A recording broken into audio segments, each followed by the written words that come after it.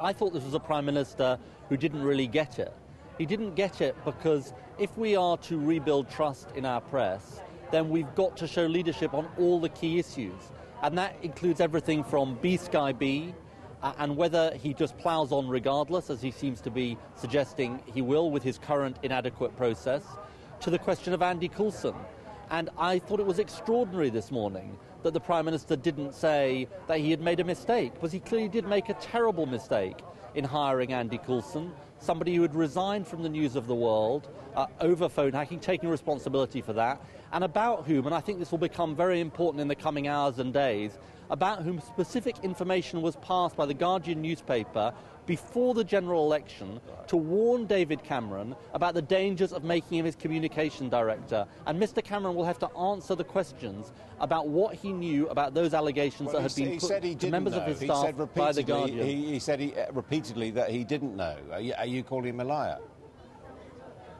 No, but my information is very clearly, Adam, that the Guardian newspaper went to a senior member of David Cameron's staff with clear evidence about some of the practices that Andy Coulson had been engaged in as editor of the News of the World, and in particular the hiring of someone called Jonathan Rees, who was a convicted criminal and who had been engaging in practices in relation to paying the police on behalf of various newspapers. They went to David Cameron's senior aide with that information, and David Cameron appears to have done nothing about it. Now, I think that is a very serious matter, and the Prime Minister can't just... I mean, I think in the case of Rees... He's going to have to provide specific answers. I mean, this is part of the problem, isn't it? That in the case of Rees, the police have not yet looked into the papers.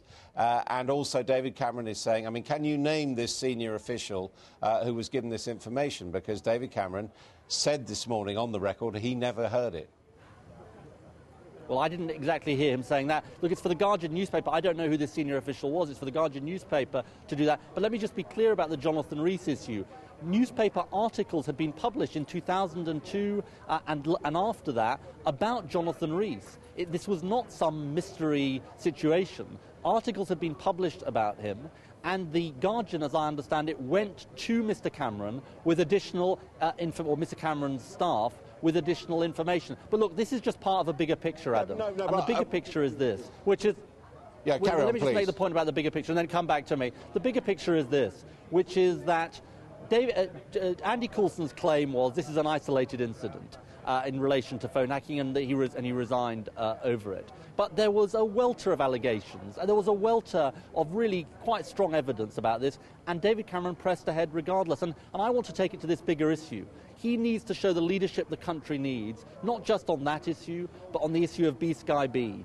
And I have to say that the idea that he says that they should plough on with a process involving assurances from senior executives at News Corporation, when we know senior executives at News International gave a whole set of assurances in relation to phone hacking, I think it beggars belief.